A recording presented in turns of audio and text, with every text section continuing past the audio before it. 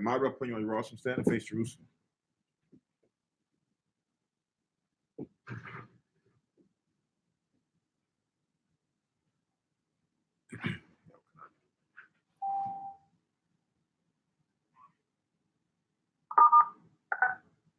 Blessing of the Sabbath.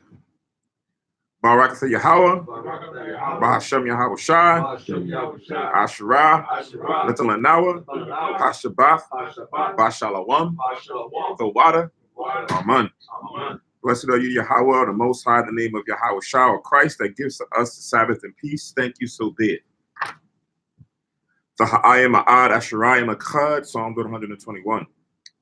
Anya Harayim Ayanyam Ya O Hahayim Ma'ayan Yabawa Isaiah Yabawa Mayahawa Sha'asha Shamayim Wa'aratiza La'a Yanathan Lamawat Regalia Yala'a Yanawam Shashamaka Hana La'a Yanawam Wala'a Yayashan Shashuma Yashrala Yahweh Shamaya Yahweh Tazalia Yam Yawamum Hashamash La'a Hakaya Wayarak La'a Balayala Yahweh Yashamaya Makam Ra Yashama Napasha Yahweh Yashama Hawalakia Wabawa Ma'aitha Walam Basham Yahawasha Tawada Aman. Psalms 121. I will lift up mine eyes unto the hills. From whence cometh my help? My help cometh from the Lord which made heaven and earth. He will not suffer thy foot to be moved. He that keepeth thee will not slumber. Behold, he that keepeth Israel shall neither slumber nor sleep. The Lord is thy keeper. The Lord is thy shade upon thy right hand. The sun shall not smite thee by day, nor the moon by night. The Lord shall preserve thee from all evil. He shall preserve thy soul. The Lord shall preserve thy going out and thy coming in from this time forth and even forevermore. Amen. Amen. Shema Yasharallah, Hail Israel. Shema Yasharallah, Yahweh, Allah Hayanawa, Yahweh, Echad. Shema Yasharallah, Yahweh, Allah Hayanawa, Yahweh, Echad. Shema Yasharallah, Yahweh, Allah Hayanawa, Yahweh, Echad. Deuteronomy 6:4. Hear, O Israel, the Lord our God is one Lord. Amen. Amen. Tapala Yahweh, the Lord's Prayer. Abinawa, Shabbat Shemayim, Kodash, Hayah, Shamka, Yahweh, Malakwithka, Baba'ah, Batazawanka, Hayah, Aisha, Baratazar, Ka, Bashamayim, Nathalanawa, Lakam, Yawum, Za, Wasalakwanawa, Kabawathnawa, Kasalaknawa, Kabawathyanawa, Wala'ah, Habiyanawa, O Nasayawan, Abo, Hawashinawa, Mara, Khaya, Laka, Amalakwa. Pray, our Father which art in heaven, hallowed be thy name. Thy kingdom come, thy will be done in earth as it is in heaven. Give us this day our daily bread, and forgive us our debts as we forgive our debtors. And lead us not into temptation, but deliver us from evil. For thine is the kingdom, and the power, and the glory, forever. Amen. Amen. Ha'aishara Matazawak, 10 Commandments. La'ah, Yahaya, Laka, Alahaim, Akarim, Alpanya, La'ah, Daisha, Laka, Paso, Wala'ah, Daibadam, La'ah, Dalakwaka, Shamwa, Yahweh, Alahayaka, Lashwa, Sakar, Ath, Hayawum, Hashabath, Lakodashwa, Kabad, Abiyaka, Wa'amaka, La'ah, Taratazak, La'ah, Dana'ah, La'ah, Daganab, La'ah, Da'ina, Shakur, La'ah, Dakamad, Ko, Asherah, Lara'aika, Amen. Exodus 20:2. I am the Lord thy God, which have brought thee out of the land of Egypt, out of the house of bondage.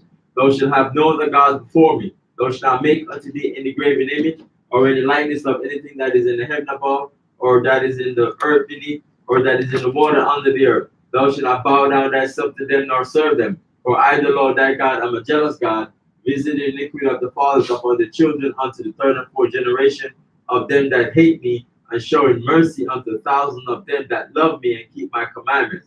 Thou shalt not take the name of the Lord thy God in vain, for the Lord will not hold him guiltless that taketh his name in vain. Remember the Sabbath day to keep it holy. 6 days shalt thou labor and do all thy work, but the seventh day is the Sabbath of the Lord thy God. In it thou shalt not do any work, thou, nor thy son, nor thy daughter, thy manservant, nor thy maidservant, nor thy cattle, nor thy stranger that is within thy gates. For in 6 days the Lord made heaven and earth, the sea and all that in them is, and rested the seventh day. Wherefore the Lord blessed the Sabbath day and holiday. Honor thy father and thy mother, that thy days may belong upon the land which the Lord thy God giveth thee. Thou shalt not kill, thou shalt not commit adultery, thou shalt not steal, thou shalt not bear false witness against thy neighbor, thou shalt not covet thy neighbor's house, thou shalt not covet thy neighbor's wife, nor his manservant, nor his maidservant, nor his ox, nor his ass, nor anything that is thy neighbor's. Amen. Amen. Shabbat, be seated.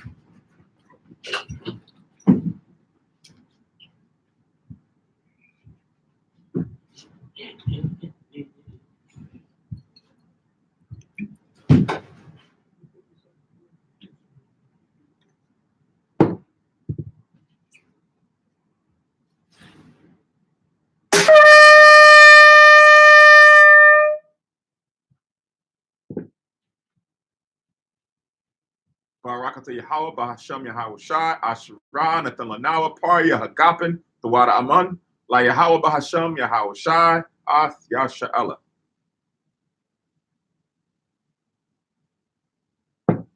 English translation. Blessed are you, the Most High, in the name of Christ that gives to us the fruit of the vine. Thank you, so be it, to the Most High in the name of Christ with Israel.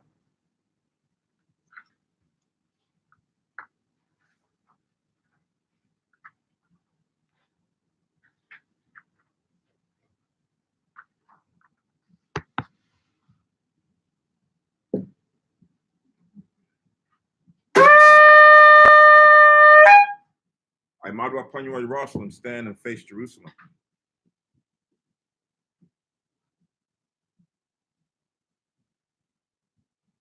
Barakatah Yahweh, Haggadah, Rakwam, Abiyah, Wanava'ah, Aliyawan, Malak, Shol, Shemayim, Waratazah, Wakal, Dabayim, Kayayam, Wagum, Hamashiach, Mayahawa, Adawanawa, Ahabnawa, Aplah, Yawaitazah, Yahweh Shai, Zakar Yahweh, Barataza 1, Anka, Yasha'ala, Izar Nawa, Bana, Wasa,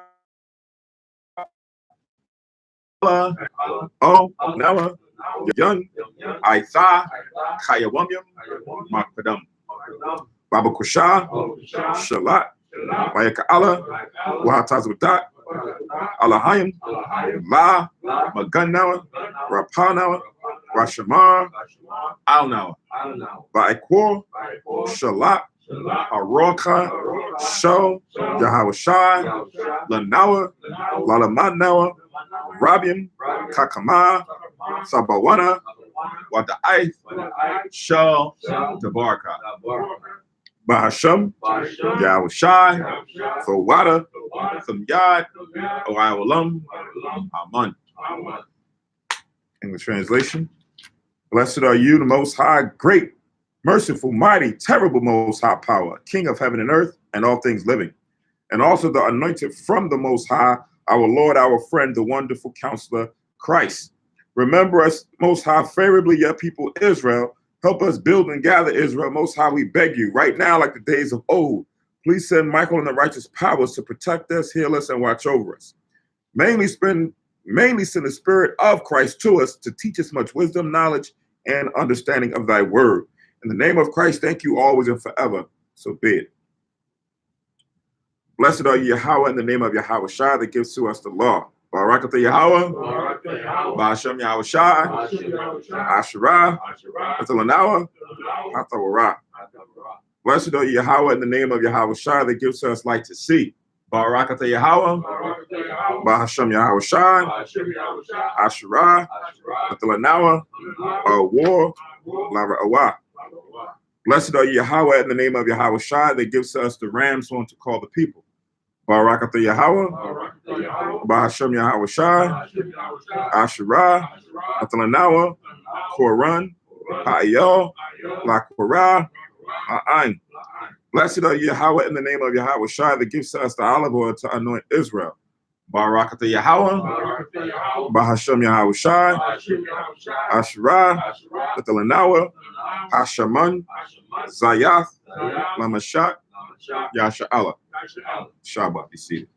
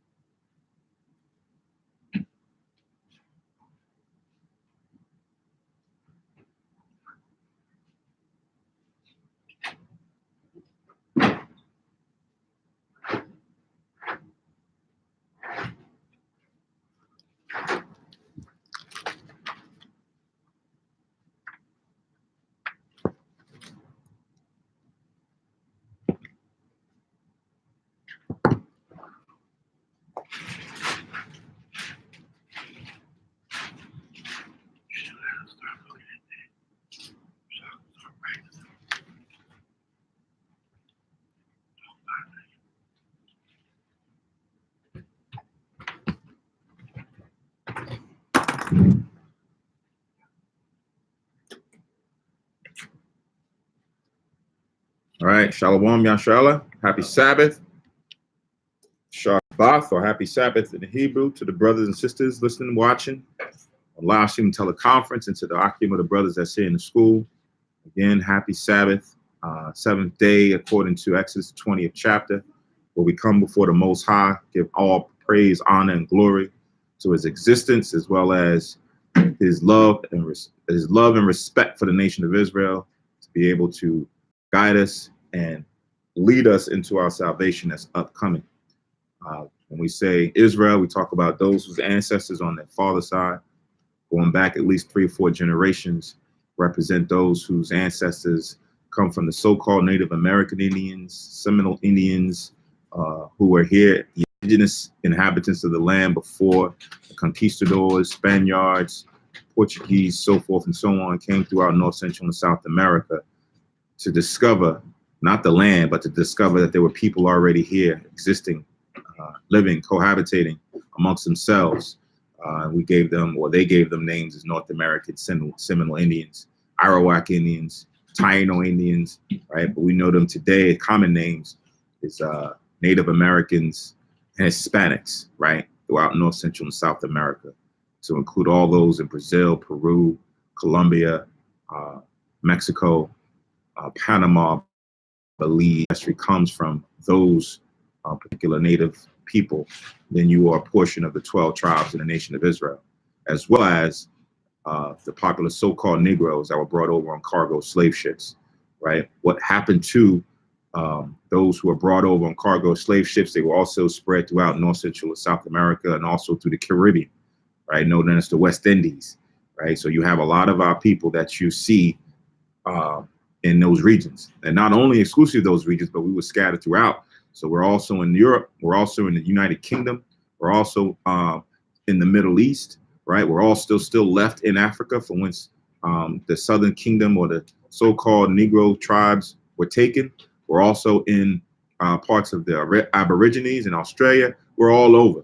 But for those of us who are here in the Americas, we identify with ourselves because we know the ancestry according to the Bible and the prophecies that gives us geographical locations of where the lost tribes would be scattered and left, right? So the Most High has given us an identity through prophecy and scripture to understand who we are. And not only understand who we are, but to understand what we're supposed to be doing as far as for keeping his commandments, laws, statutes that are found throughout the Bible, Old Testament, New Testament, as well as the hidden books known as the Apocrypha.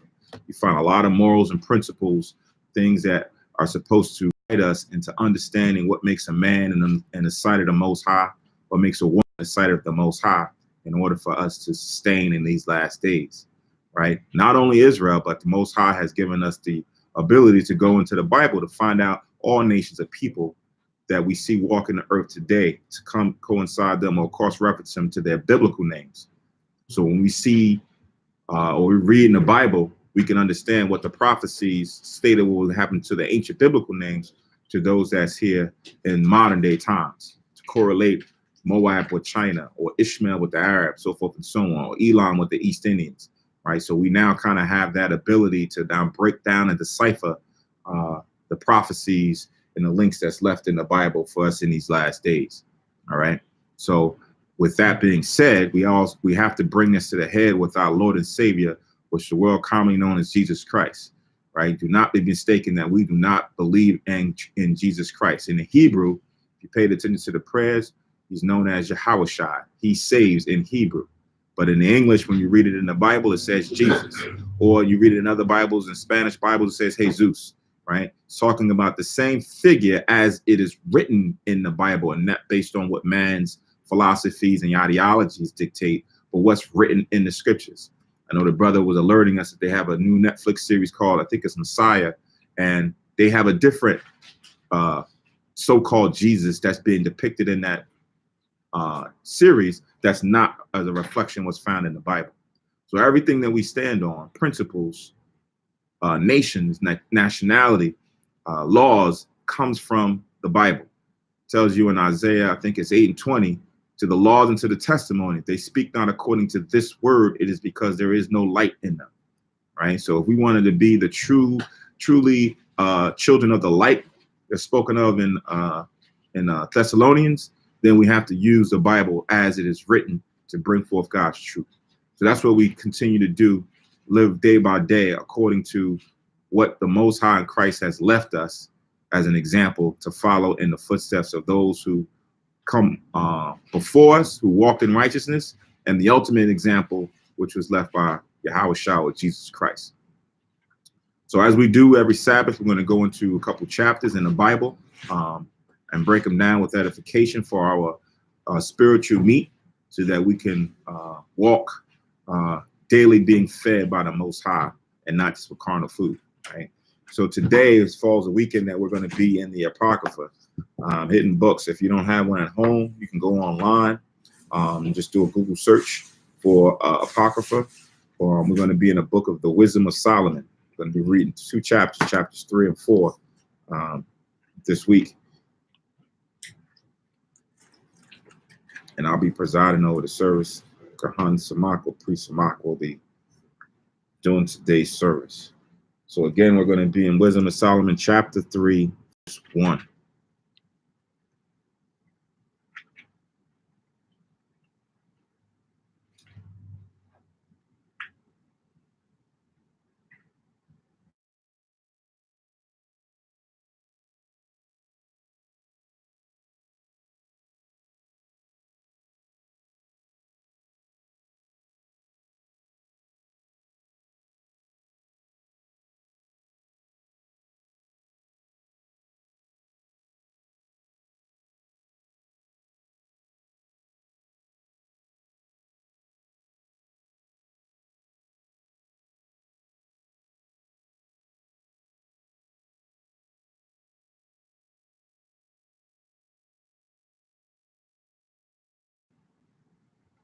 All right, so we're in Wisdom of Solomon, chapter 3, verse 1. It says, "But the souls of the righteous are in the hand of God, and there shall no torment touch them," right? So when you go from the ending of the last chapter, because it's this chapter and this verse starts off with an exception, right? Which was now a lead-in from something else. So I'm gonna go back to Wisdom of Solomon chapter 2, and I'm gonna read verse 24, the last verse, because it leads into this, right? It says, "Nevertheless, through envy of the devil came death into the world," right? Not just actual death that you die, but through the envy of the devil came death in the world, more meaning sin, right? Through temptations, man began to break the commandments of God, right? Which would then eventually lead to spiritual death and then a physical death, right? It says, "And they that do hold of his side do find it," right? Those that choose to side or follow after the ways of the deceiver, the slanderer, the devil, they do find that spiritual death, right? I'm not going to say that it's just talking about a physical death, because you had a lot of righteous men die, right? Outside of a few that were taken up, like Elijah, Enoch, like these men were taken up, having not seen a physical death. But a lot of them before them actually died. So it's not saying that everyone who dies wouldn't die because they found through envy of the devil. No, it's talking about those who took hold of the devil's ways fell victim to a spiritual death, right? And they died in a spiritual death. Whereas other men and women who are following the Most High's commandments died in a righteous death, right? And there's certain judgments, there's certain prophecies that are going to happen to those who continue in those ways. So now that was what the first piece of this was about, those who follow after the devil. Now it comes into this verse here. It says, "But the souls of the righteous are in the hand of God," right? So now who are the souls of the righteous? They would be Moses, Jesus, and the ones who follow him. Say what? Say it again. Moses, Jesus, the 12 tribes of Israel, and the ones that follow him. Okay, y'all can.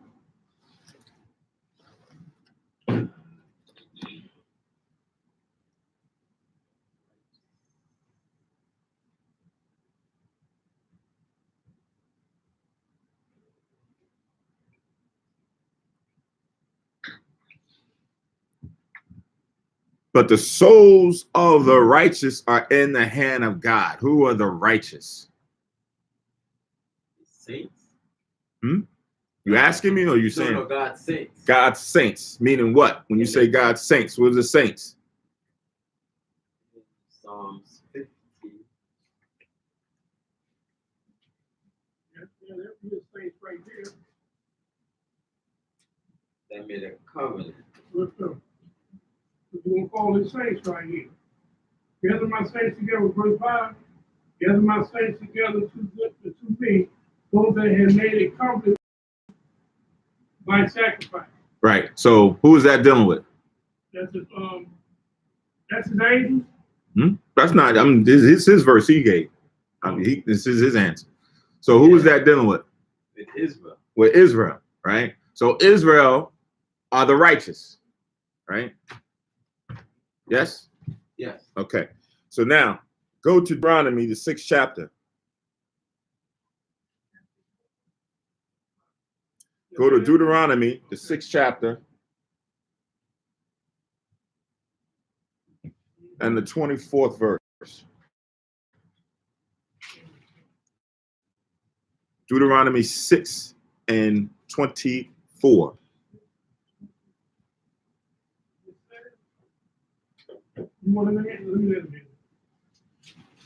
Deuteronomy, the 6th chapter, 24th verse.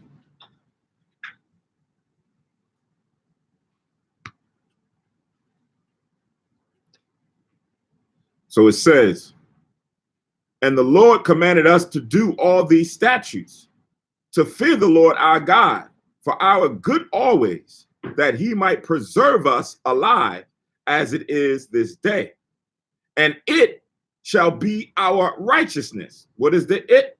The commandments, the statutes, right? That's what represents righteousness. It says, and it shall be our righteousness if we observe to do all these commandments before the Lord our God as he hath commanded us.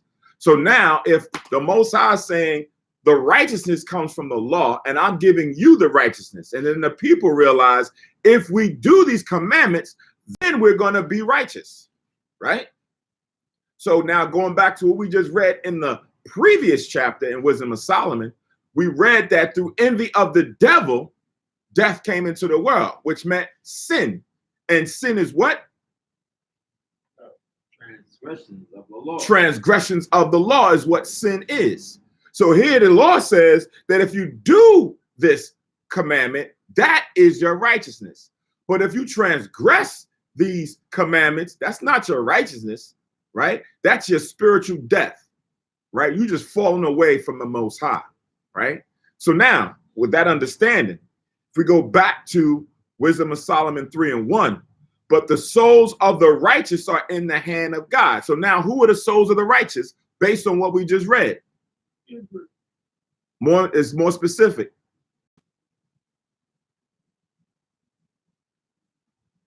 Who are those of the righteous based on what we just read?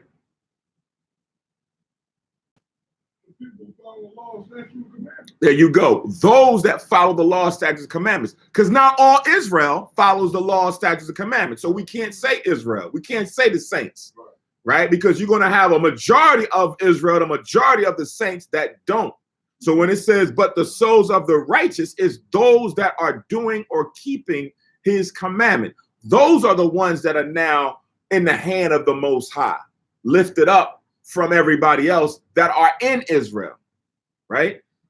It says, and there shall no torment touch them, right? So those who are keeping the commandments, the Most High has them preserved. The Most High has them protected from the torments that's supposed to happen in the earth. No torment is going to touch them, right? Now, does that mean that you're not going to have any bad things happen to you or you experience bad things? No, it's not talking about that type of woe or torments that you go through on a daily basis, whether it be with your family, your job, your friends, or someone inside. It's not talking about those types of times. It's talking about what the Most High's judgment is supposed to bring when you are now found unworthy of his will, right? Whole list, go to 2nd Esdras.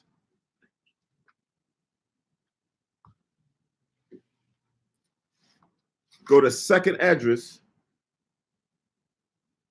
the 9th chapter.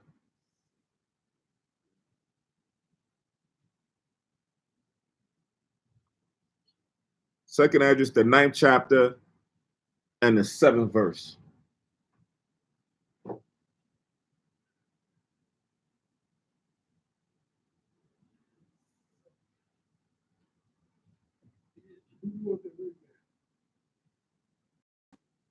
Say again?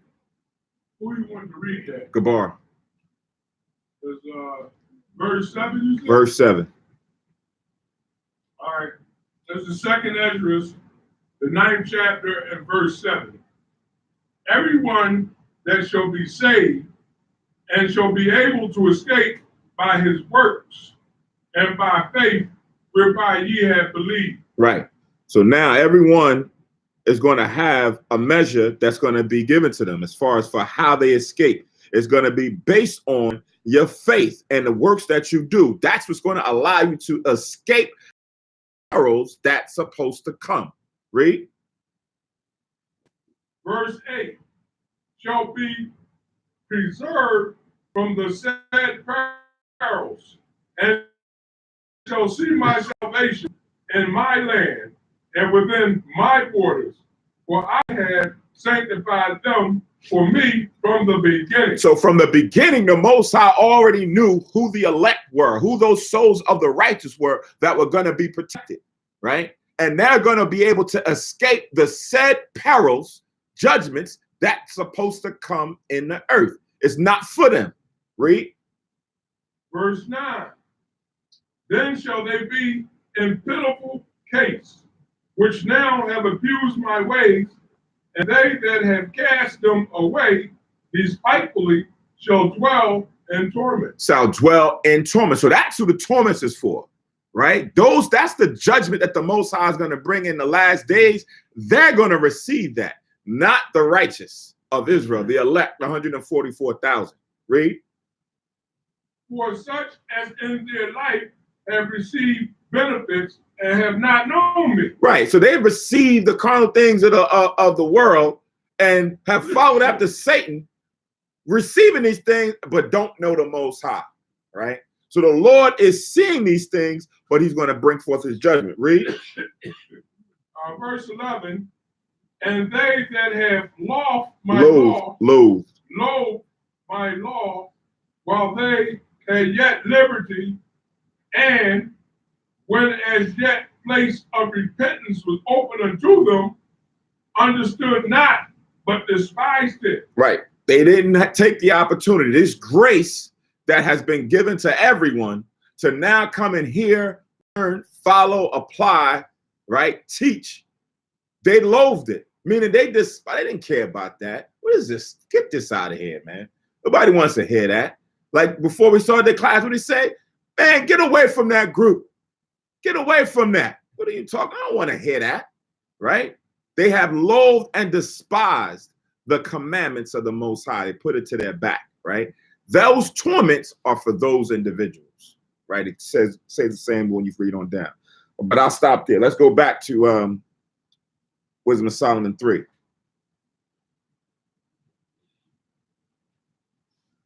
So back in Wisdom of Solomon 3:1, but the souls of the righteous are in the hand of God, and there shall no torment touch them. It says, verse 2, in the sight of the unwise, they seem to die, and their departure is taken for misery, right? So now those who have despised this law, who loathe the law, when they see the righteous, right? It says, it appears that they are left for dead, like they are going to enter destruction. Right? They're the ones that's wondering, what are you dealing with? That's a cult. That's this. You can't think for yourself. You got to have God think for you. What are you doing? Right? It seems that you are going into the abyss. Right? So the Lord is giving you both aspects. When you read the 2nd chapter into the 3rd chapter, as to understanding what the mind state of those who are the ungodly, as opposed to what the godly are going to experience and what they're going to see and experience, right? So go to 1 Peter's.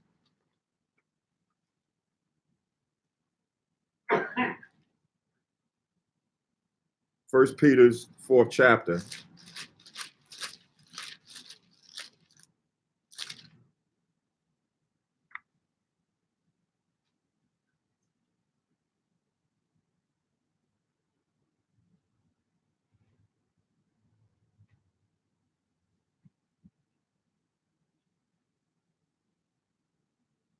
1 Peter 4 and 3.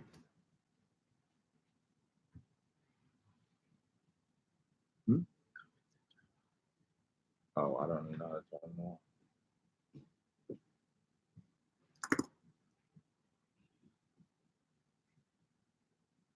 I have to go probably afterwards.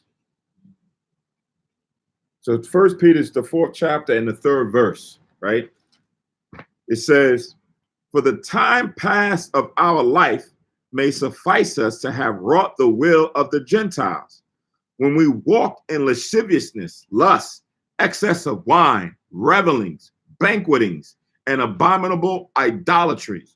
So that's what we did in our past life, our old man, following after the ways of the nations of Gentiles, right? Which was something that we wrought when we were amongst them. But then it says, verse 4, wherein they think it strange that ye run not with them to the same excess of speaking evil of you, right? So now when you turned your way and you became a follower of the law, follow after righteousness, and you don't do those same things anymore, and they see that it's strange, like, why you don't kick it with us like that no more? We used to always hang out at the bars all night long getting wasted. Like, what now? He talking about he got to go to a class, Bible class. He got to go to a Sabbath service. What is he talking about? Who? Not him. Get out of here. This guy's bugging out of his mind, right? 1 Peter 4. So now, where you now are falling into alignment with what the Most High sees as a man, those when you are following after wickedness, see you not going with them or running with them anymore, now you become a strange individual to them, right? So that's why it says here, but in the sight of the unwise, they seem to die, and the departure is taken for misery, right? Because you don't run with them anymore.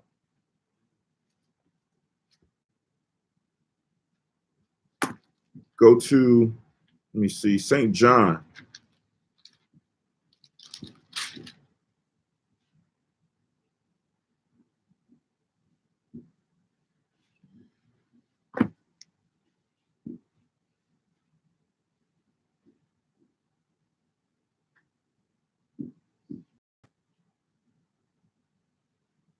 St. John 15:18.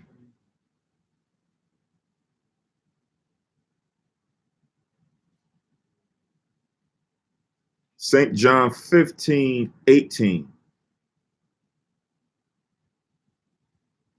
It says, if the world hate you, you know that it hated me before it hated you. If you were of the world, following after the philosophies and customs and culture of the nations, if you were of the world would love his own, right? You would be accepted. There will be no problems with anybody, right? It says, but because you are not of the world, but I have chosen you out of the world, therefore the world hateth you. Now the world scolds you. They point the finger at you, right?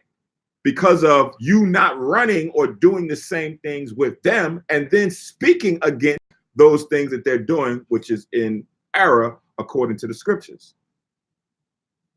All right. So this was always the preparation of your minds and your hearts as to understanding that you cannot, or we cannot walk after the course of the world, right? Because the Most High and Christ do not like the things that are being done by the world or the nations. We got to follow in what he wants us to do. So let's go back to Wisdom of Solomon.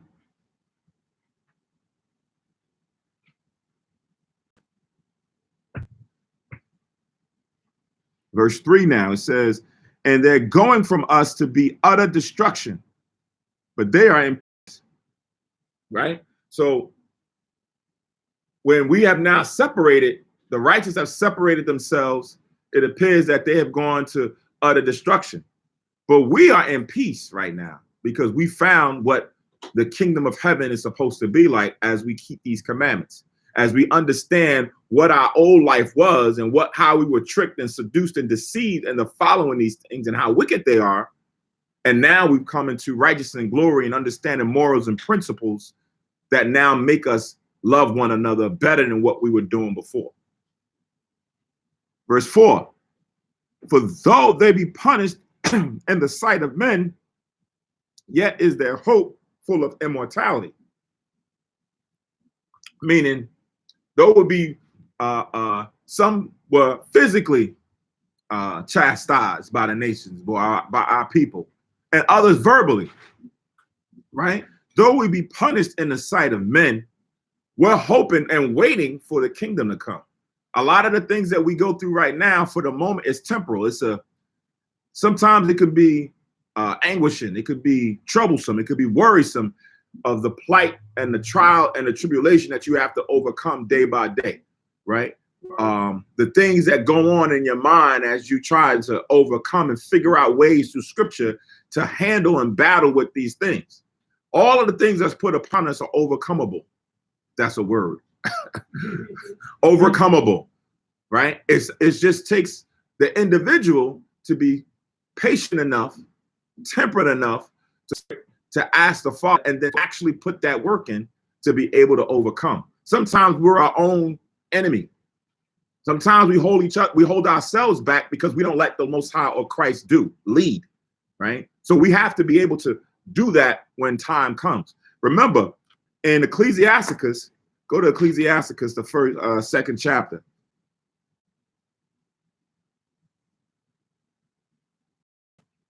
Ecclesiasticus chapter 2, verse 1 in the Apocrypha.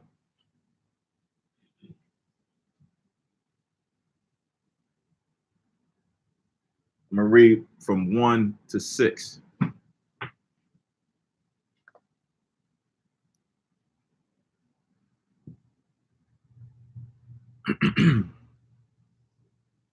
Ecclesiasticus chapter 2, verses 1 to 6. It says, my son, if thou come to serve the Lord, prepare thy soul for temptation. Set thy heart aright and constantly endure and make not haste in time of trouble, right? So we have been forewarned that the devil is coming to tempt you, right? Get your mind right. Set your heart aright, right? Get your mind right and prepare yourself, arm yourself. It says, and constantly endure. So when you're going through it, make sure you persevere. Don't fall, don't give up, right? Giving up is real easy in today's society, right? Giving up allows you to say, okay, I can't deal with this. I'm going to go start to drinking and drugging and everything else instead of really focusing on how to prepare your mind to overcome the battle at hand or the task at hand. It says, and make not haste in time of trouble, meaning don't be quick to make irrational decisions or choose the easy way out. Sometimes you got to be patient and figure out the best course of action. Let the Most High decide your path. That means you go into old stories and read some of the things that happened to other individuals, right, from scripture. Then you may either have a conversation with brothers or sisters to find out, what happened in their past trial or tribulation and how did they fall and how did they overcome eventually. So all of this now, you can't just be quick to make an irrational judgment. It says, cleave unto him, verse 3, and depart not away, that thou mayest be increased at thy last end. So that's the end goal. We're going through all of these things to get to the last end, right? Some of us are going to fall. Some of us are going to get tricked and deceived, but we got to rise back up. Some of us are going to die, but we're hopeful that in the days, in the last end, the Most High rises back up at that last end, like he did when Yahushua died, that they were raised up out of the graves and was able to receive their judgment. Verse 4, whatsoever is brought upon thee, take cheerfully. So what the Most High has you go through, the Lord says you got to take cheerfully, right? And be patient when thou art changed to a lower state. That's a hard verse for some, right? The same way how when they was talking about forgiveness in the gospel, and they said, how many times I got to forgive a brother? 70 times 7. Lord, increase my faith. That ain't easy to do, but you got to work at it. So when you are changed to a lower state or a different estate, you got to be accepted and being able to know how to operate in those different positions. It says, for gold is tried in the fire and acceptable men in the furnace of adversity. So we want to be the acceptable men, but in only to prove yourself, you have to go through the furnace. You have to go through the fire. That's how you are able to show the Most High that whatever it is that was thrown at you, you was able to come through shining, right? Literally shining spiritually, like that gold. When a gold is put through the fire and it comes out, it's shining and glistening. That's how we want to be presented before the Lord. Verse 6, believe in him and he will help thee. Order thy way aright and trust in him. So when it says order thy way aright, we got to be cognizant of what's good for you and separate yourselves from things that can harm you or hold you back, right? That's the key. So going back to Wisdom of Solomon, chapter 3 and verse 4, it says, for though they be punished in the sight of men. So this is going through that adversity aspect. This is when you're changed or when you're still trying to battle through the fire that or the furnace. Your hope, it says, is full of immortality. So all this is just a preparation of getting your mind right to endure all the way up until the end. It says in verse 5, and having been a little chastised, they shall be greatly rewarded. For God, and having been a little chastised.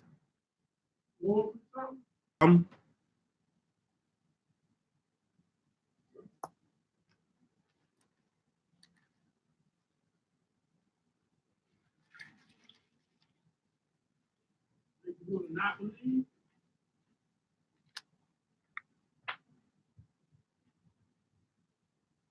I think you just said it in some type of way. As far as for what?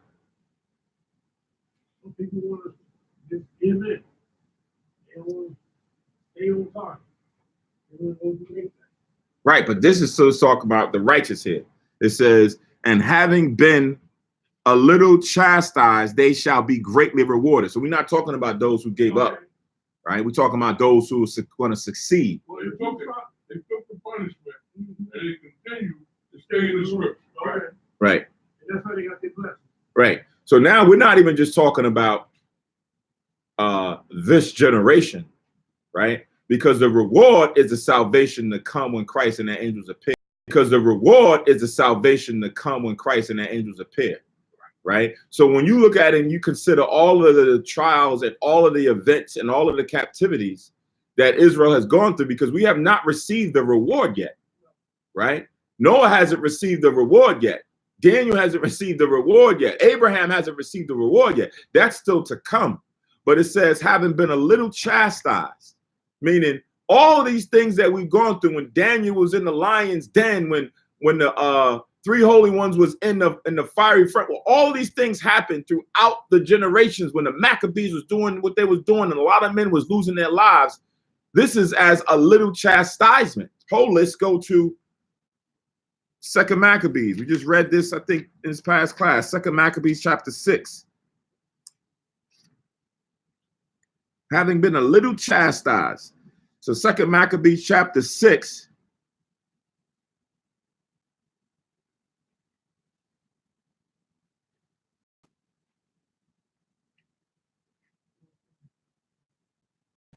And I'm going to start at 10. 2 Maccabees chapter 6, verse 10.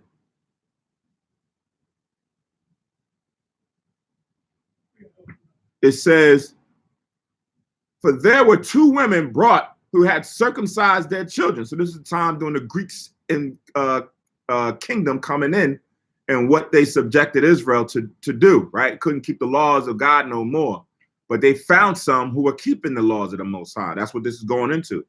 For there were two women brought who had circumcised their children, whom when they had openly led round about the city, the babes hanging at their breasts, they cast them down headlong from the wall, right? So these women courageously went and circumcised their sons. And as they are walking through the city, they openly show that their sons was circumcised to show that they had not given in to what the Greeks had imposed upon them. And when they found out, when the people knew or found out that this woman had circumcised their sons, they was cast headlong to their death, right? Because that was what was put upon Israel at that time. If you disobeyed the commandments or the law that was imputed by the Greeks, death was imminent. And we see that that's what happened with them. Verse 11, and others that had run together into caves nearby to keep the Sabbath day secretly, being discovered to Philip, were all burnt together because they made a conscience to help themselves for the honor of the most sacred day. So just to keep the same things that we're doing now, the law back then was that you couldn't do it. And when they were discovered, they went and found those individuals that were in the caves and burnt them alive, right? So now, again, we're not talking about what's just been going on right now. We're talking about through the generations. This is the chastisement that the Most High has put upon the nation of Israel for a lot of the sin and wickedness that and the disobedience that we've done. This ain't a light thing. This ain't something that you can just say, oh yeah, you know, I messed up, but I repented, and I felt a little hard times, but I got back up. Some had to go through actual torments as far as for a physical chastisement from the Most High. Verse 12. Now I beseech or beg those that read this book that rich, but why would the Most High allow that to happen?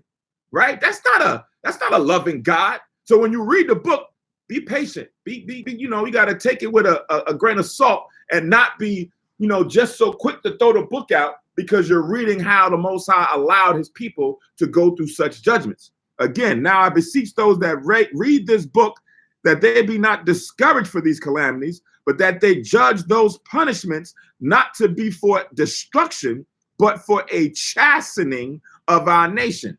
It wasn't to destroy us as a people. It was to chasten the nation, beat the nation into subjection unto the Most High.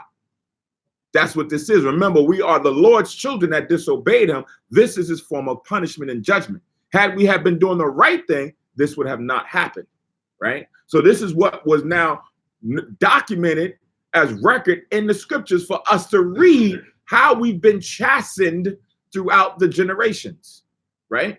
So now when you go back to Wisdom of Solomon, the 3rd chapter and the 5th verse again, it says, and having been a little chastised. I'm emphasizing on the word little, right? Because when you read what we just read in 2nd Maccabees 6, that don't seem like a light thing, right? One would say, man, this guy was burnt alive for keeping the Sabbath. These women were over here thrown off the cliff with their babes headlong to their death for circumcising, right? Man, as a nation, we've gone through some hardships. Right. Throughout the different kingdoms, we've gone through hardships.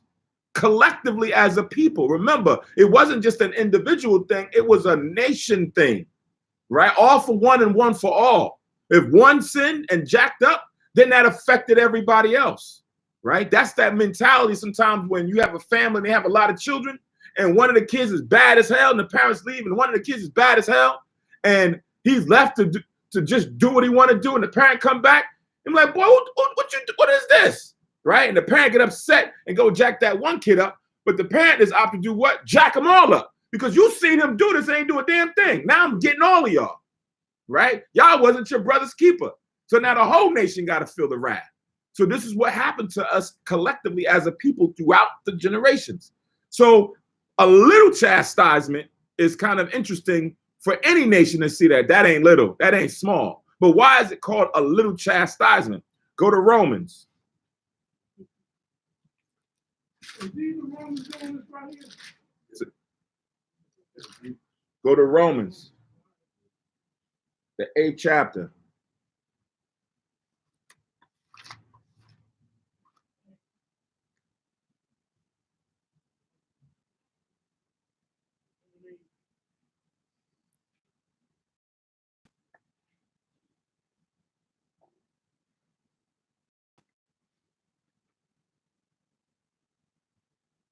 Romans 8 and 18.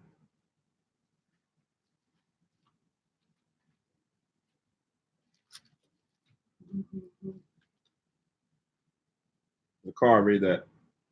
Romans 8:18. Romans 8:18. Romans 8:18. For I reckon that the suffering of this present time are not worthy to be compared with the glory which shall be revealed in us. Right. What was that saying? For I reckon that the sufferings of this present time are not worthy to be compared with the glory which shall be revealed in us. What is that saying? But we going through now ain't even close to what they were going through then. Mm-mm. The Mm-mm. first part.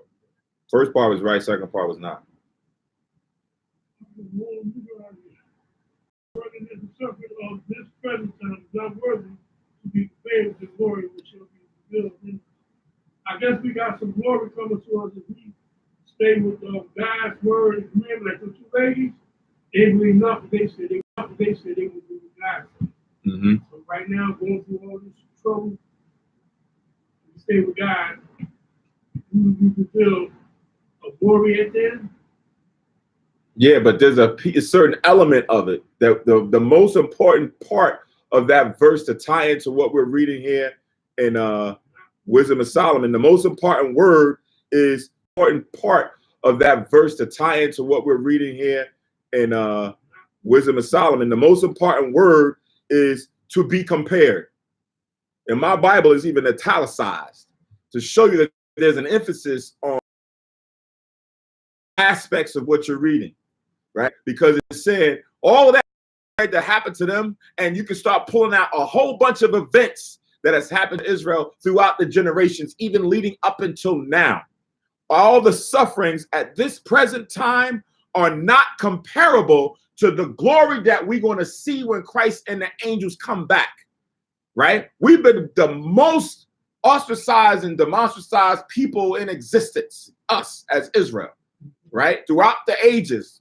What has happened to us is the worst, but it can't be compared to the glory and the reward that we're going to see. Remember, Israel's going to get the kingdom and they're going to rule forever. The nations have not ruled forever. Each nation has had a time to rule, but now Israel won. After this, they'll never be removed from their kingdom. So what we've been going through, when we say, yeah, man, we've gone through a lot.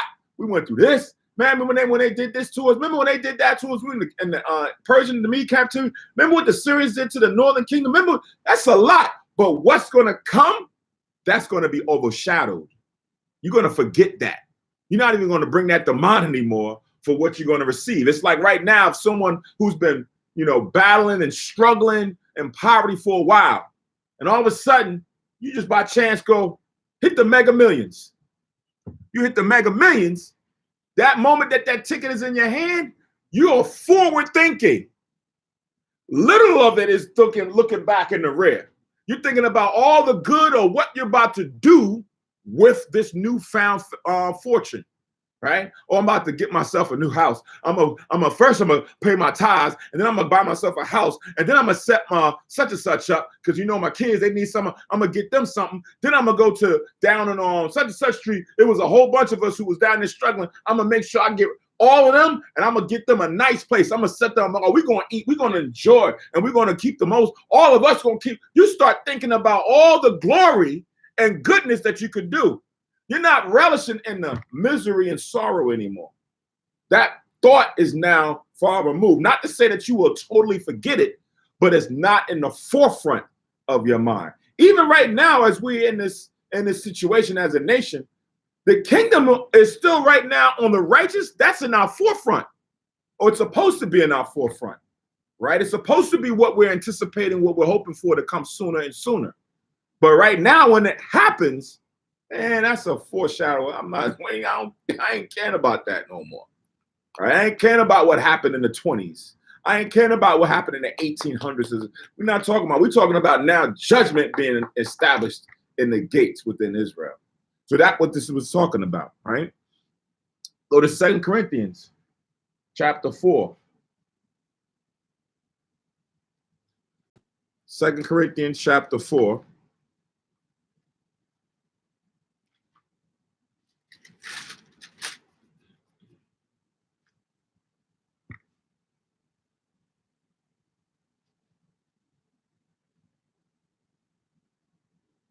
(17).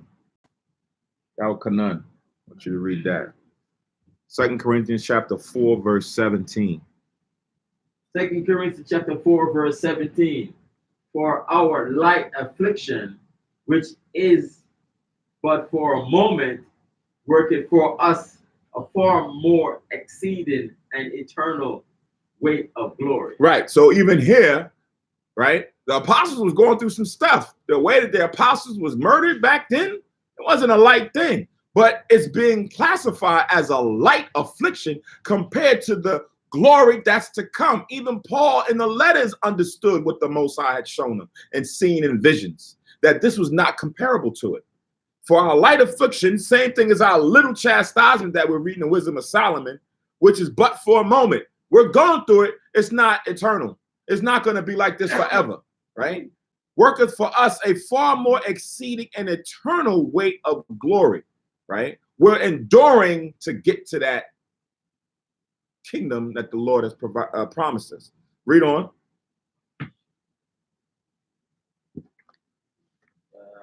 Verse 18. While we look not at the things which are seen, but at the things which are not seen. Right, because we're the things that are seen, understand what is laid before us. We understand the affliction. We understand the prophecy that's supposed to come to pass. We are focusing on getting ourselves better to be able to receive those things that the prophets or prophesied about what's to come, right? We're waiting on those things. We're not relishing it on the things that are carnal right now. Read. For the things which are seen are temporal. It's going to pass away, right? It's going to pass away. The kingdom that we see now is going to pass away. And the things in it is going to pass away. It's temporary. Read. But the things which are not seen are eternal. Exactly, right? Those are going to be lasting the test of time. The environment, the people, the establishment, the judgment, all of that is going to last eternally. So let's go back to Wisdom of Solomon 3.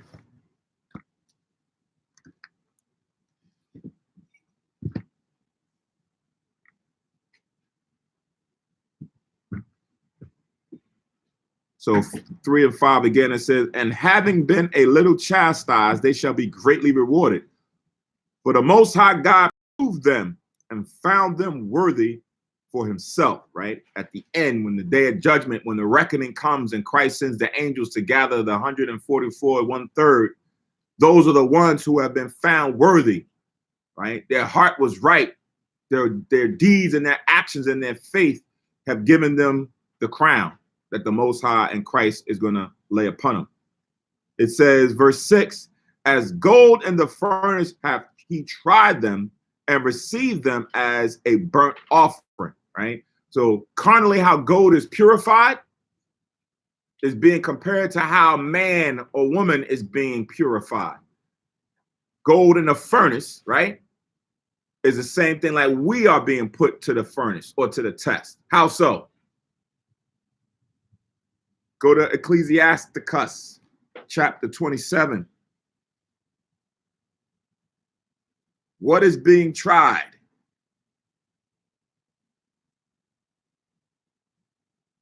Ecclesiasticus 27.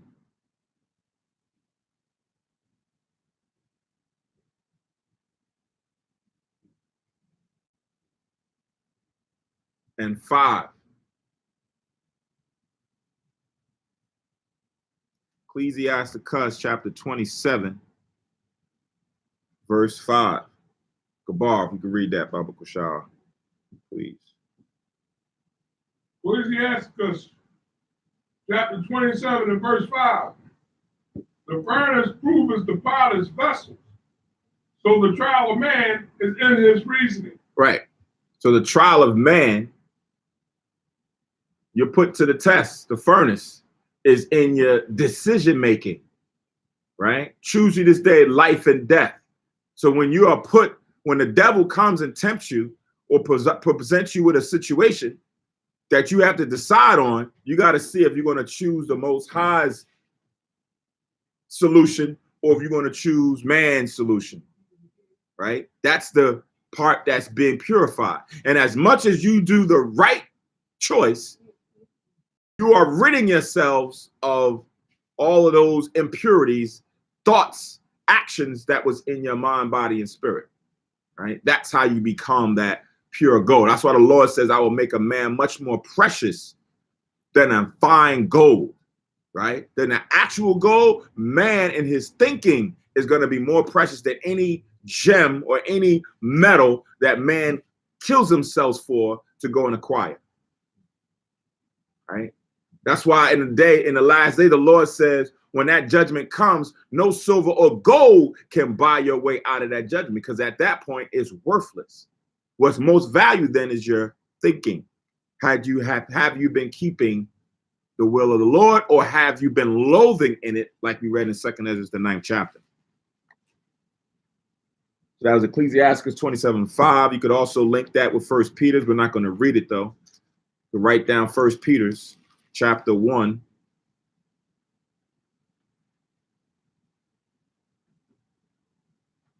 Verses 7 to 8. Speaks about the same thing. Actually, I'll read it.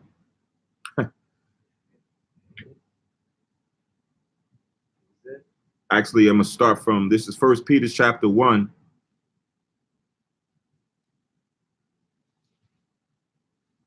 Verses 5 to 8. 1 Peter chapter 1, verse 5.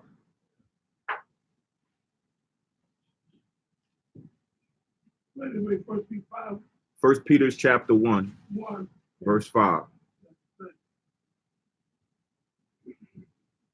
It says, who are kept by the power of God through faith unto salvation, ready to be revealed in the last time, right? Those righteous who endure to the end will make it through faith, make it by faith to receive salvation in the last revealing. Verse 6, wherein ye greatly rejoice. A lot of us who are here are happy, are comforted, right? We're at peace, we're at rest with what the Most High has given us in this truth.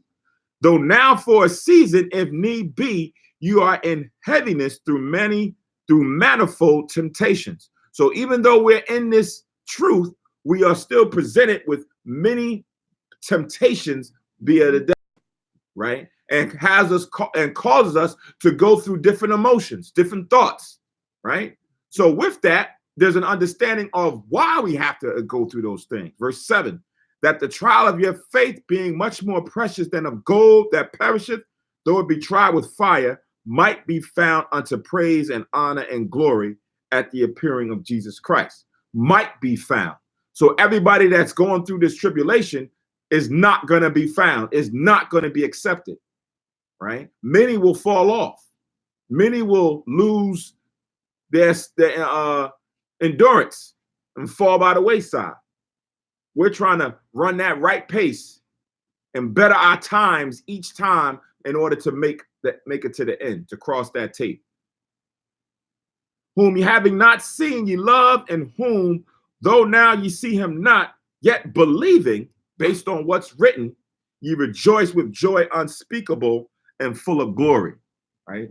So as much as the days pass and we see the different events, we see the different emotions that go through us, and we apply that to what has been written, we can find comfort to know that everything that has been taught to us has now come to pass. It's not something that's just a lot of rhetoric. Sometimes you don't trust a person who always falls on their word, right? A person say, look, I'll be there tomorrow at 3 o'clock.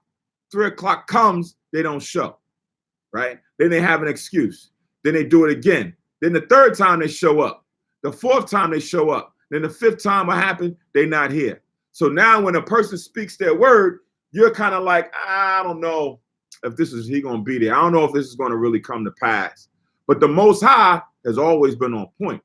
So that's where we now put our trust and our faith in, that even though we go through these trials and tribulations, these temptations, that we will receive that reward in the end, right? That it won't be for nothing. 1 Corinthians 15. 1 Corinthians 15.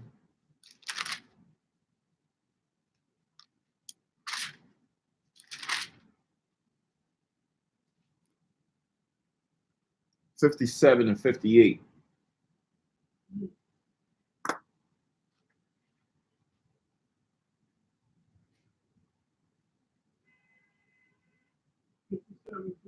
First Corinthians chapter 15, verses 57 and 58. which reads, it says, but thanks be to God, which giveth us the victory through our Lord Jesus Christ, right? Thanks be to God, which giveth us the victory. How do we get the victory? What's the victory?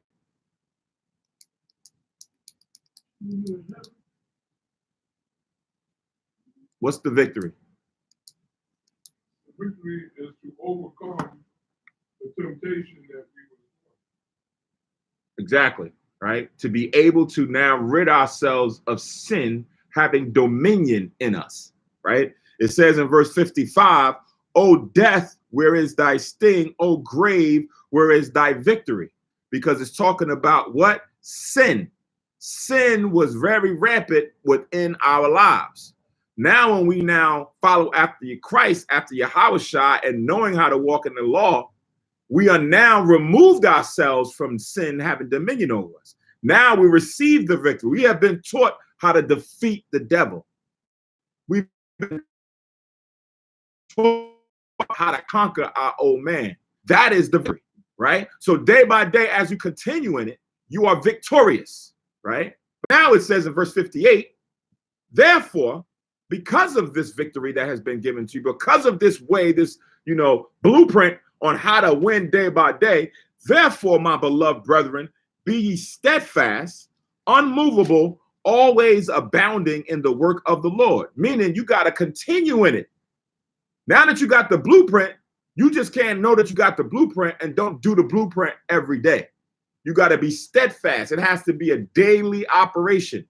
Unmovable. You can't allow someone to come and move you through rhetoric or word, like we were just talking about before. Man, you got to leave that alone. You got to stop that. People are going to try to come and force you or move you or sway you out of it. It says abounding in the work of the Lord. What does it mean, abounding in the work of the Lord?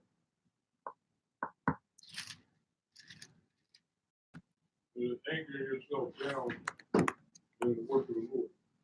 Not moving. What does it mean to abound? Take over. Take over. Take hold of. Take hold of. Anybody else?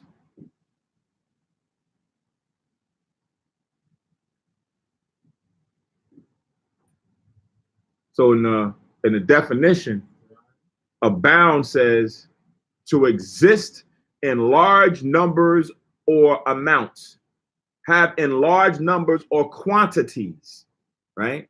So to abound in the work of the Lord means to what? Right. Which means what? And what that statement is saying.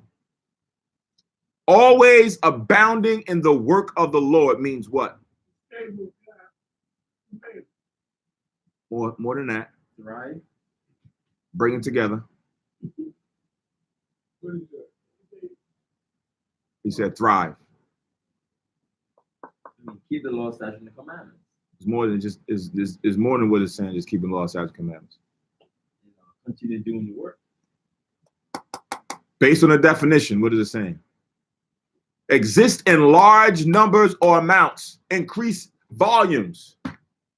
So if it says always abounding in the work of the Lord, that means your work in this truth has to be in large amounts. You need to be doing a lot in this truth.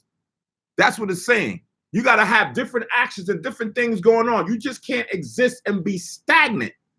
You got to have a whole bunch.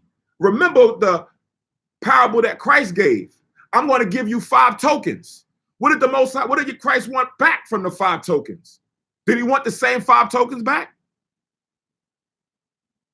No, he wants you to grow. He wants you to grow. He wanted you to impute usury. So the 5 became 10. So he abounded in what he had.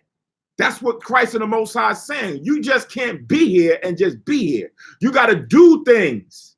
You got to have more than just that one thing, right? Because if you just had that one thing, then you're like that steward who, when Christ came, he had 1. He's like, where's the 2? Where's the 3? You knew I was coming to look for more work and you didn't do it. You a wicked servant, right? So that's what Paul is advising. You got to be able to not just continue, but you got to do work. You got to put yourself on the line and do more in order to show your worth to the business owner, which is Yahweh Shah and the Most High, right? It's like you got a business. I don't know if, how it operates, but I know, some people, if you're in the company or business where you got to go through an evaluation, right? You go through an evaluation and they kind of, for you to get your raise, you got to go and be evaluated or senior rated. And they go and say, okay, what did you do for the past quarter? What did you do for the past year? And they look at you and you say, I mean, he did his work, but he just did his work. This guy went and did the work, but he went and did that, and he did this. He was here late. He did such and such. We're going to give him a big bonus for his work that he's been doing, right? And then you come over here and you say, Dad, this guy, I'm going to give him the minimum amount of a pay raise or increase that I can give him. And people are going to be what? Upset. That's how it works in the world. People are upset, like, yo, that's what I got.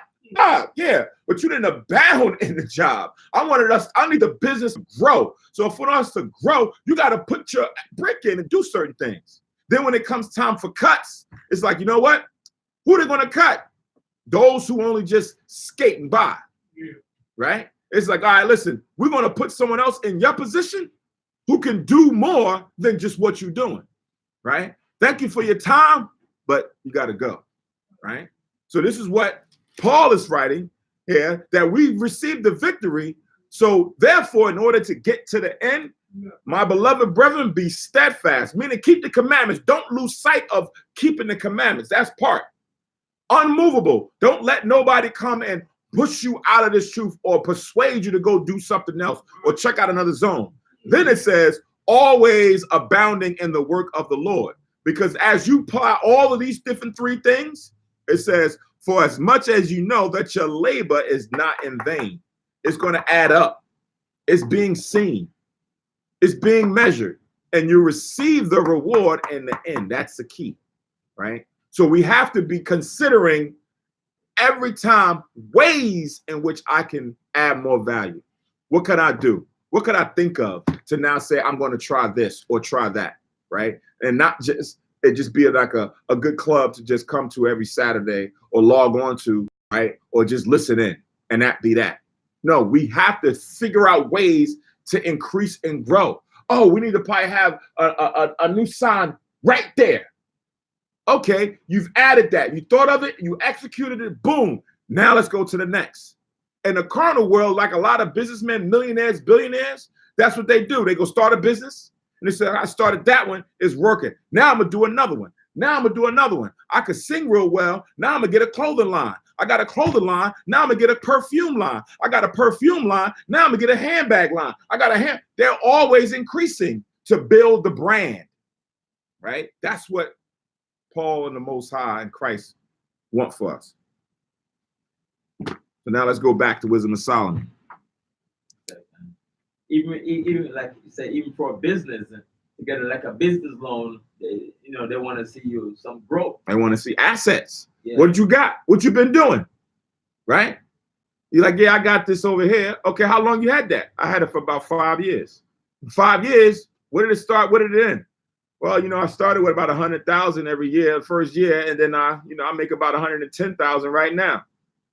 It was like, okay, well, that's growth, but that's little growth. What else did you do? Nothing much. Like, all right, we'll get back to you. So a person who comes in, matter of fact, they have that, there's a TV show with, it's like 4 people on the show. And they're like investors. I forget the name of the show. They're investors. And people will come and pitch their business or their product. And what they're doing is they're trying to get them to invest their money in their company to take it to higher grounds. But now these investors are sitting there and they're asking them questions like, okay, where did you start? What's your annual gross income, right? How much do you pay for the product or to build or make the product that you're doing? How much? Because they want to see what you've been doing on your own to get your product to where it is, and then we'll add on to it, right? And then they'll look and say, you know what? Nah, it's not worth my time to go and invest in your product, right? So it's the same thing almost on a level where we now have to be the ones who saying, look, I have started my portion of the business to go and do this, and now I have increased it to that, right? That's what our leadership, the Most High in Christ, is looking for. All right, so now back to Wisdom of Solomon, chapter 3. We're at verse 7. Actually, I'm going to read 6 again. As golden hath he tried them and received them as a burnt offering. Meaning what? Receive them as a burnt offering.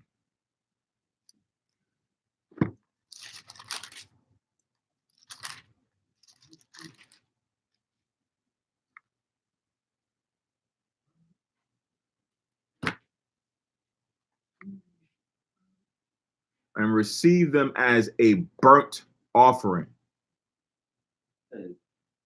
I say if you can do a burnt offering, it has to be without blemish and has to be pure. Right. So the offerings, that's why it's not, good to throw away like how the churches do, mainstream secular churches do. They throw away the Old Testament, don't understand how the Old Testament operated. Whereas now these things that was daily being done now have a spiritual meaning to it. So it says we're supposed to be received as a burnt offering. The Most High commanded the priest to bring these offerings so that it could be accepted by him with a sweet savor, right? And like Yahweh Kanan mentioned, these offerings had to be without blemish. They had to be pure. You had to choose the best of the best to go and offer before the Most High. You couldn't just choose any old animal, any old bullock, any old goat to go and offer before the Lord. It wasn't acceptable. You had to have the best of the best being presented to be accepted by the Lord, to be received as a burnt offering. In Romans, the 12th chapter,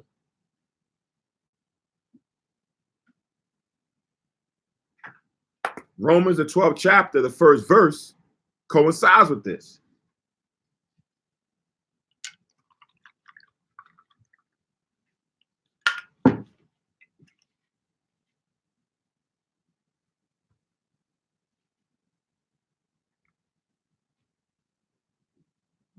Romans 12:1.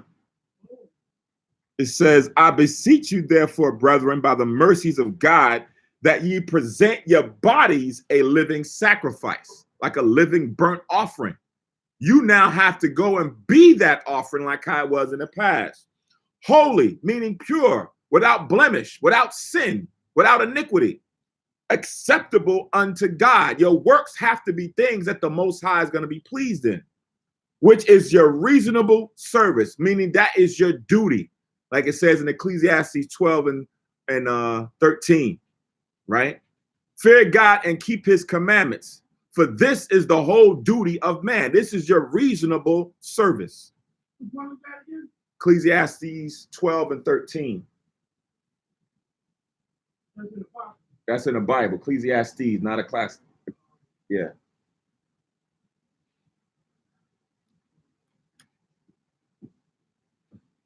Mm-hmm.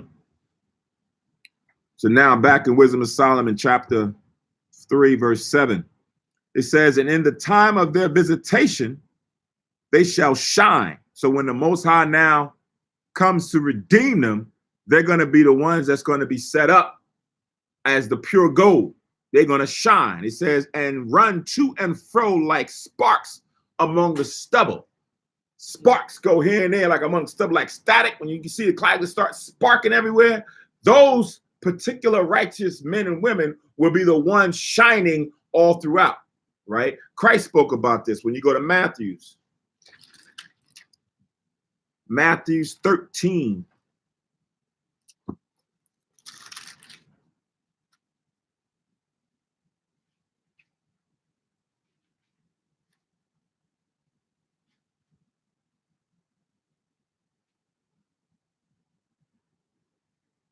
Matthew 13 and 43. So Matthew chapter 13, verse 43 says, then shall the righteous shine forth as the sun in the kingdom of their Father. Who have ears to hear, let him hear, right? So when the time of reckoning comes, it says, and in the time of their visitation, they shall shine. It says, they shall shine forth as the sun in the kingdom of their Father. They're going to be the ones set up, or we, the righteous, the elect, the chosen, will be the ones set up as the leaders, shining before everybody.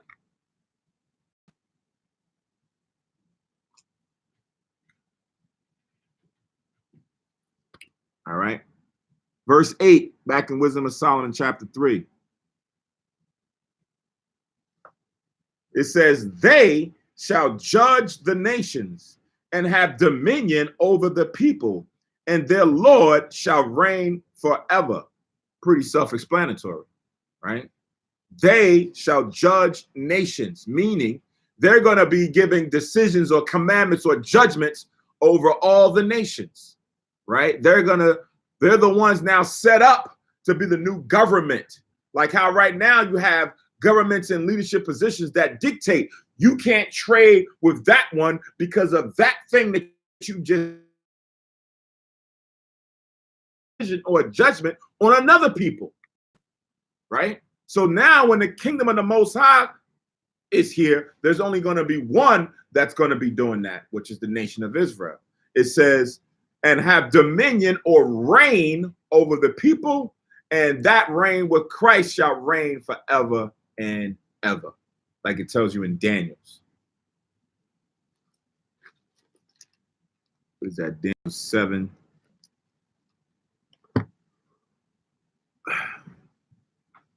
Daniel 7:27. It says, and the kingdom and dominion and greatness of the kingdom under the whole heaven shall be given to the people of the saints of the Most High, whose kingdom is an everlasting kingdom, and all dominion shall serve and obey him. That's Daniel 7:27.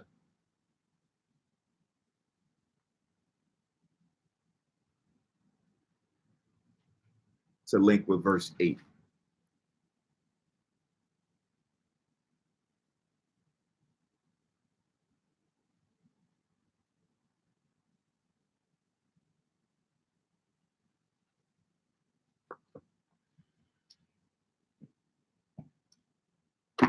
Verse 9. They that put their trust in him shall understand the truth, and such as be faithful in love shall abide with him. For grace and mercy is to his saints, and he have care for his elect, right? So they that put their trust in him is going to understand this truth, right? Like it says, whom shall he teach? Them that are weaned from the milk and drawn from the breast, right? You have to be humble in order to receive this truth. Somebody's at the door. Yeah, come on in. Come on in. Pull it.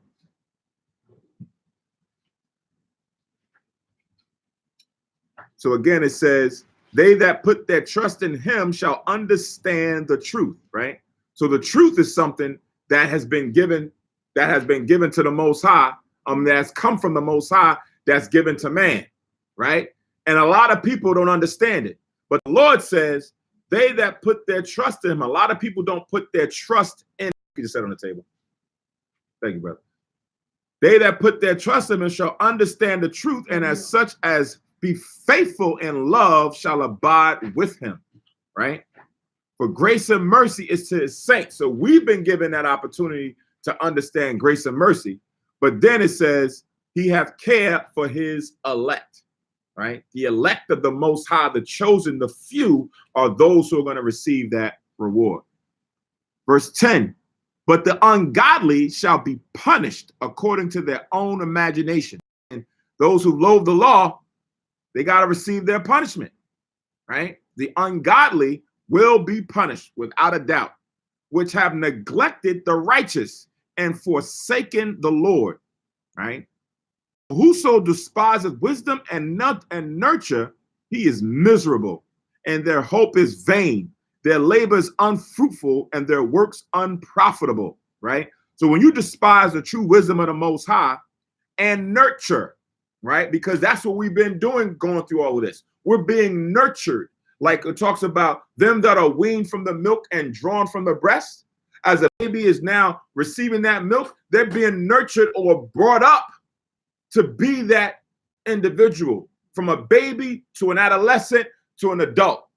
That's what the Lord is doing for us to build us up, right? It says that person who doesn't receive that is in a miserable state. Your mind is not right, right? You're not in your right mind at that moment. Though you may seem it, from the Lord's view, you're a miserable vessel.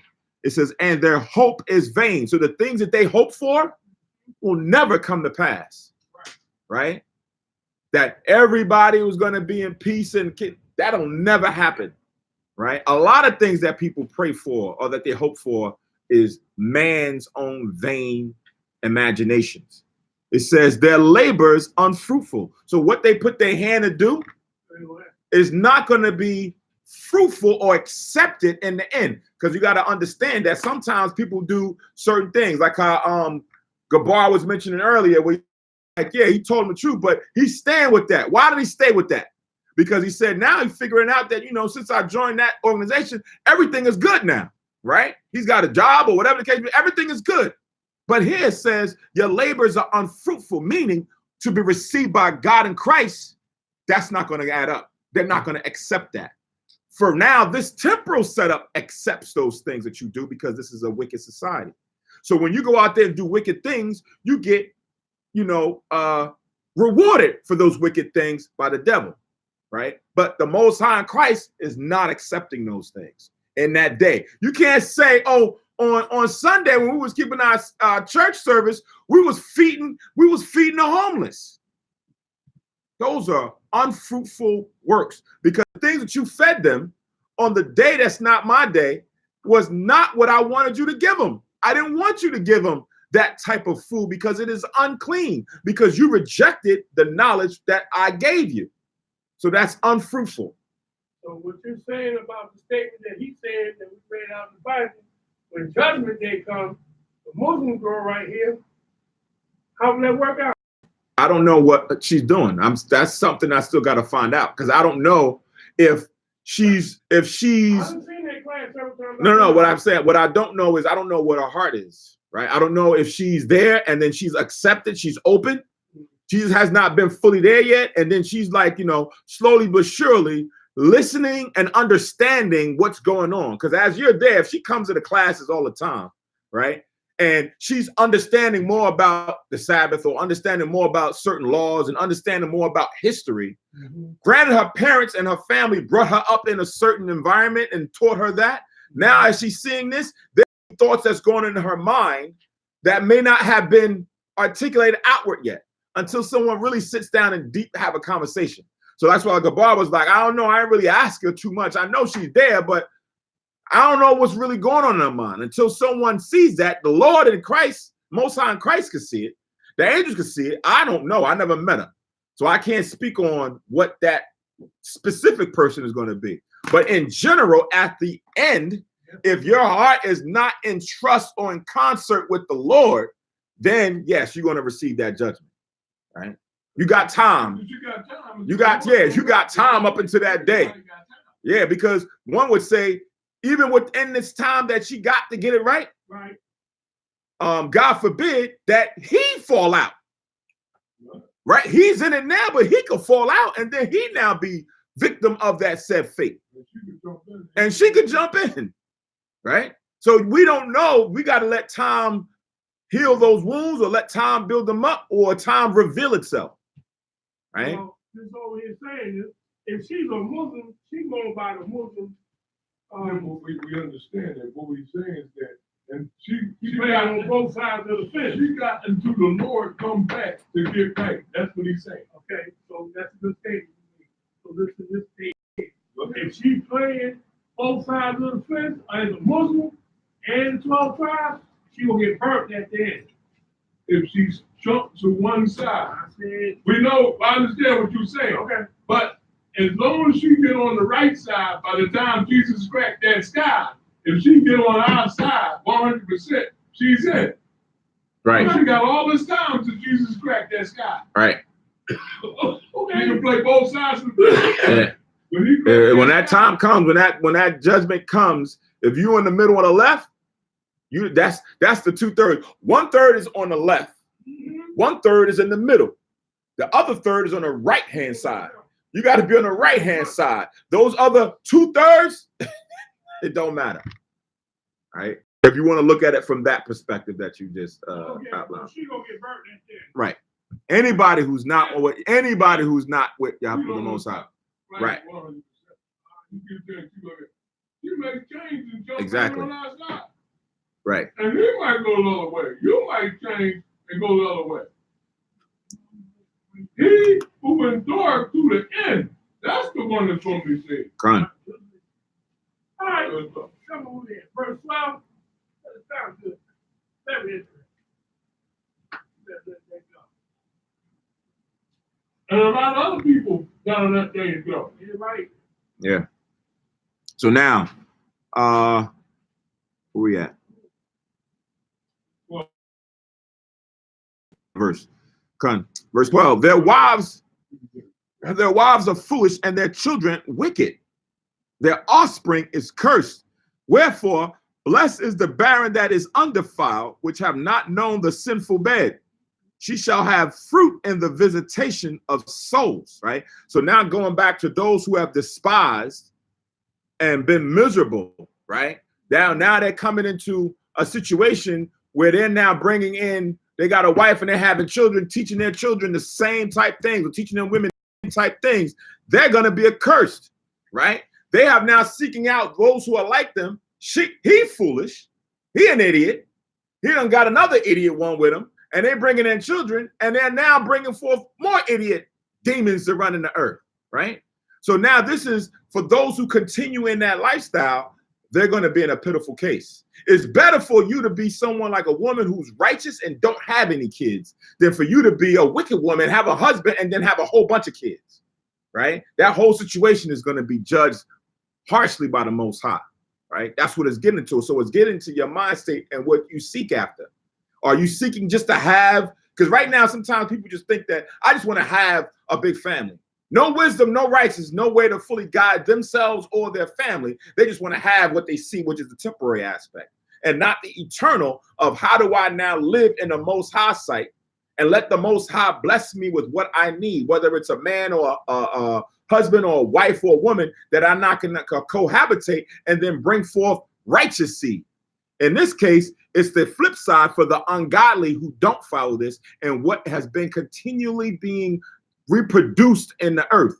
So I'm going to read it again. Verse 12. Their wives are foolish and their children wicked.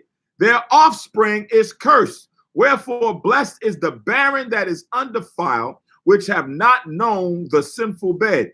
She shall have fruit in the visitation of souls. She shall be blessed when the salvation or the day of the Lord comes, right?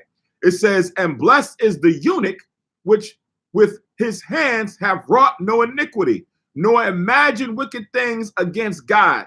For unto him shall be given the special gift of faith and inheritance in the temple of the Lord, more acceptable to his mind, right? So now this individual who's like a eunuch, right? He's now used his hands or his faith to go and do good deeds for the Most High, never speaking out against the Most High.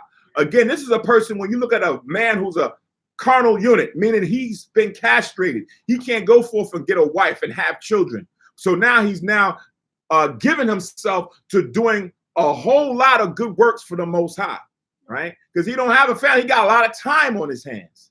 But it's just not even people who are carnal eunuchs or physical eunuchs. You have people who make themselves like this, right? Go to Matthew's.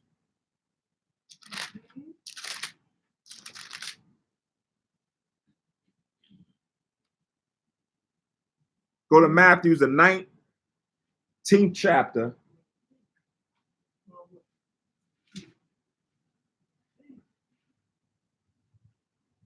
Matthew's chapter 19.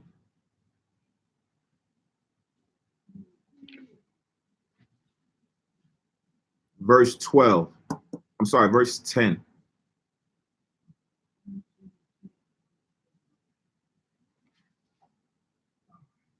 So 19 and 10 of Matthew.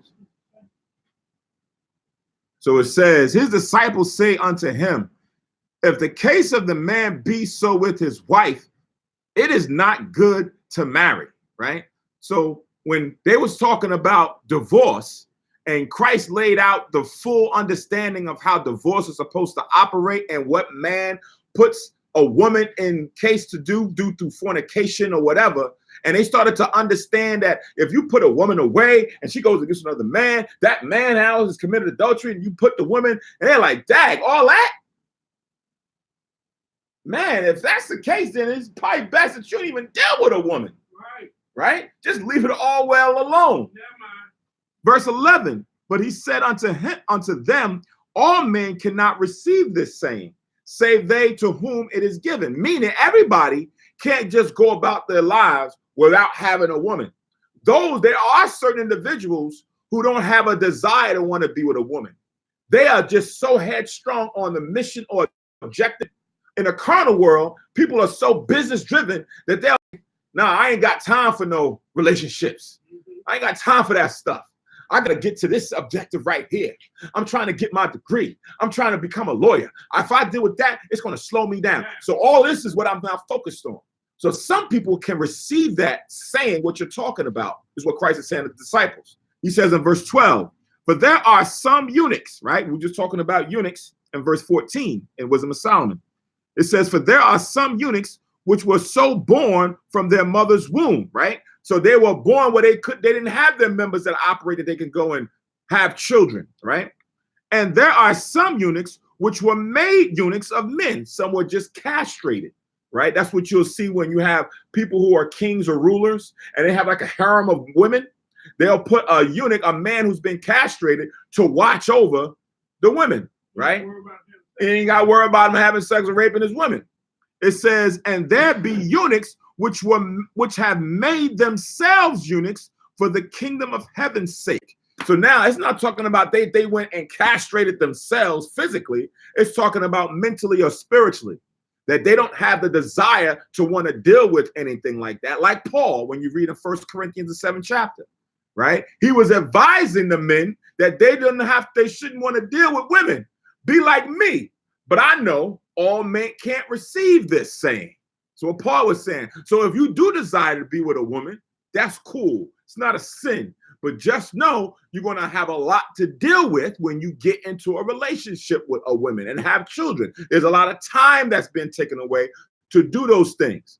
This man here, the last one, says that he's made himself a eunuch for the kingdom of heaven's sake, meaning his main objective is to do whatever he needs to do to bring forth the kingdom sooner rather than later, right? So he's abounding and doing a lot of things. He has a lot of time on his hands to do a lot of work, right? Paul talks about the same thing in 1 Corinthians, the 7th chapter.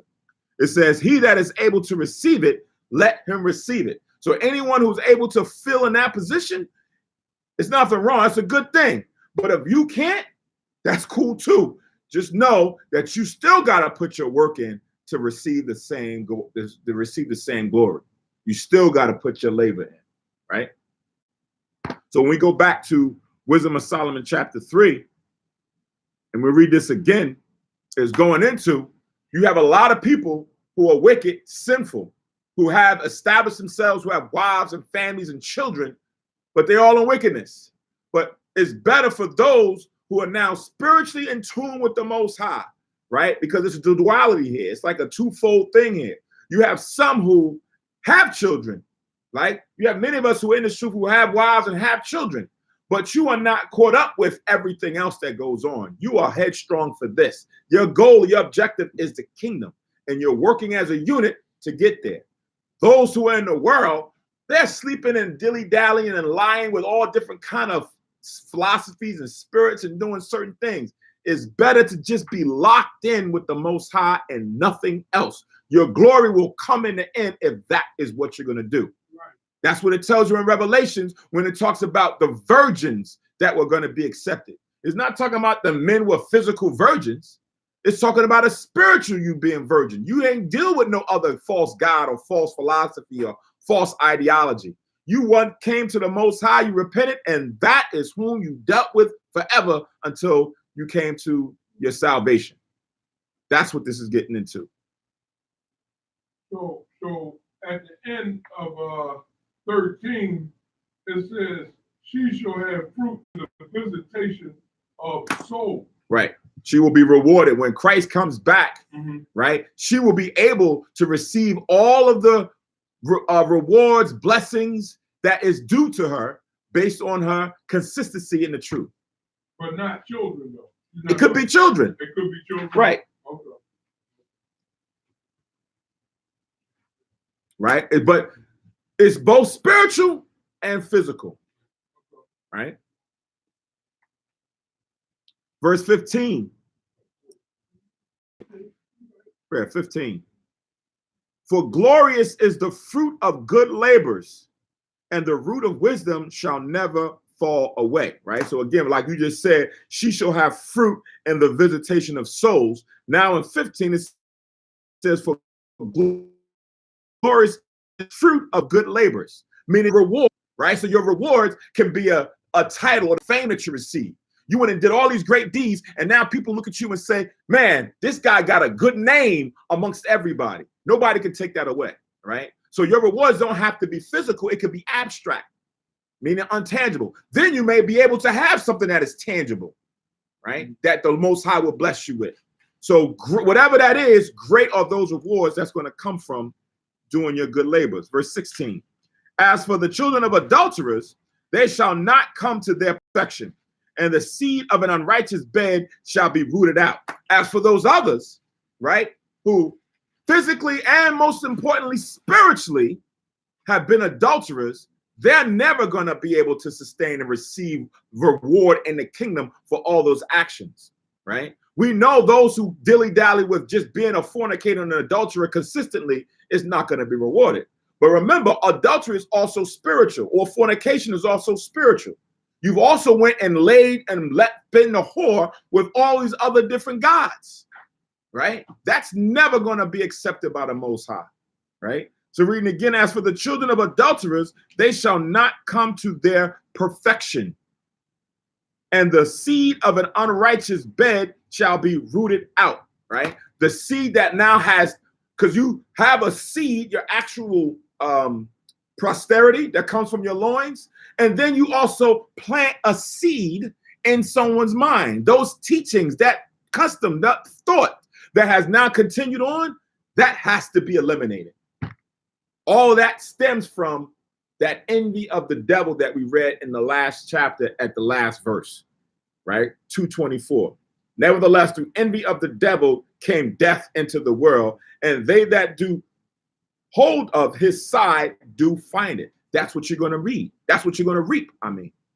Right? Everyone who continues in that, you're going to receive the judgment that comes from what we read in the 24th verse. 2:24, same chapter, Wisdom of Solomon 2:24.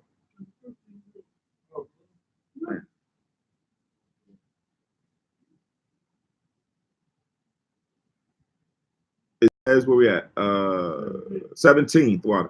For though they live long, and you're going to have people who have been doing this wicked lifestyle, living a prosperous life in the sight and the eyes of men, right?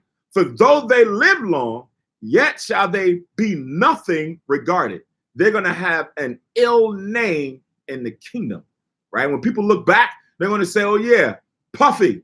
They're going to look back and say, this person, and how great of a name and how much money they had, Beyonce or whatever it may be, their name is not going to be held in regard like how Judah's name was.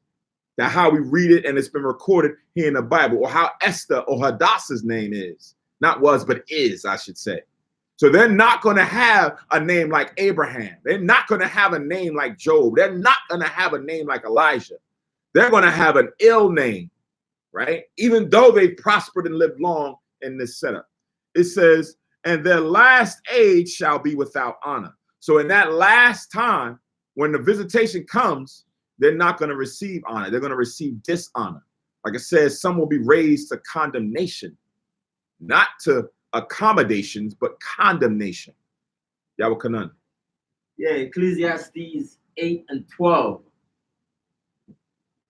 Ecclesiastes 8 and 12, it says, though a sinner do evil 100 times, and his days be prolonged, yet surely I know that it shall be well with them that fear God, which fear before him. Mm-hmm. Ecclesiastes in the Bible.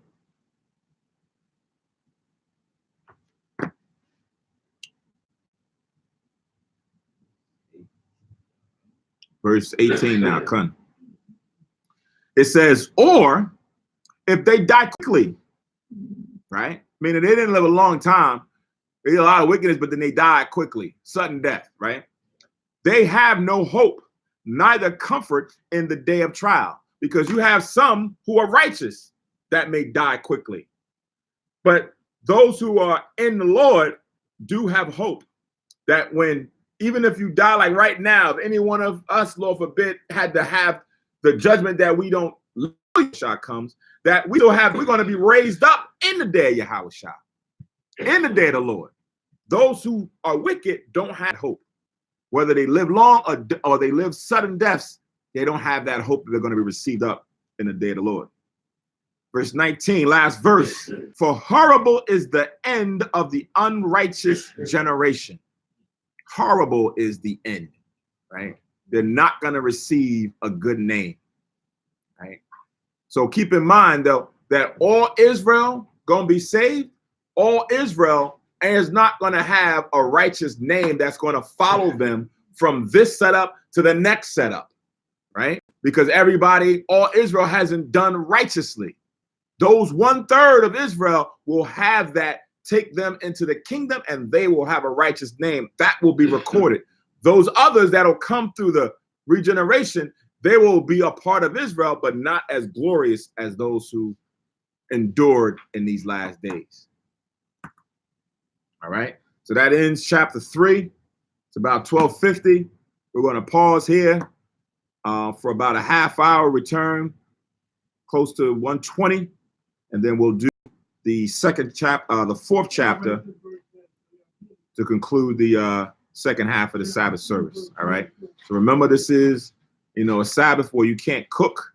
To go and start cooking things with a fire, you have to have certain things that have already been prepared without that have been cooked or whatever before, but not to cook again on this day.